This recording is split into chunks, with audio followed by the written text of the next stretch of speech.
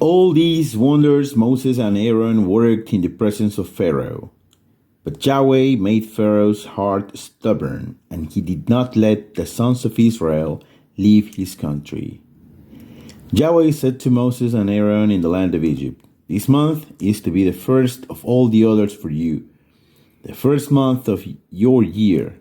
Speak to the whole community of Israel and say, on the 10th day of this month, each man must take an animal from the flock, one for each family, one animal for each household.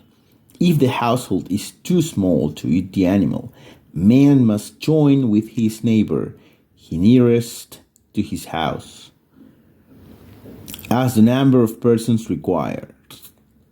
You must take into account what each can eat in deciding the number for the animal. It must be an animal without blemish, a male 1 year old. You may take it from either sheep or goats.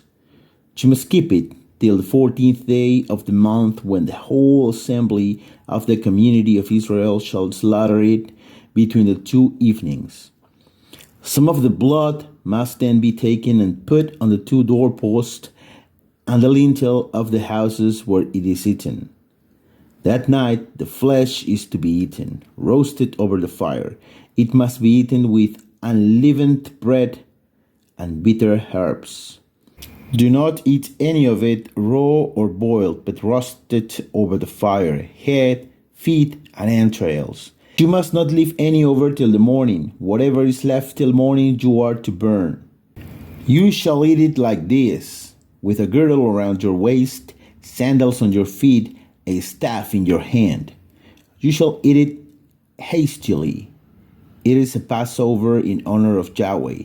That night I will go through the land of Egypt and strike down all the firstborn in the land of Egypt, man and beast alike, and I shall deal out punishment to all the gods of Egypt. I am Yahweh. The blood shall serve to mark the houses that you live in. When I see the blood, I will pass over you, and you shall escape the destroying plague when I strike the land of Egypt. This day is to be a day of remembrance for you, and you must celebrate it as a feast in Yahweh's honor.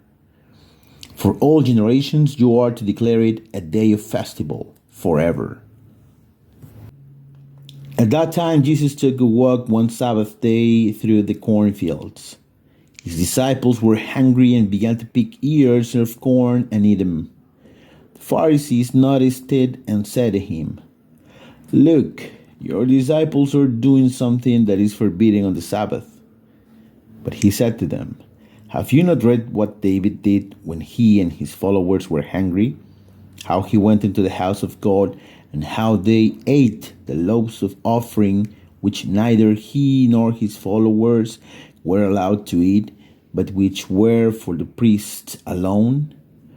Or again, have you not read in the law that on the Sabbath day the temple priests break the Sabbath without being blamed for it?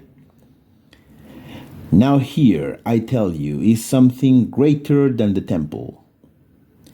And if you had understood the meaning of the words, 'What I want is mercy, not sacrifice,' you would not have condemned the blameless.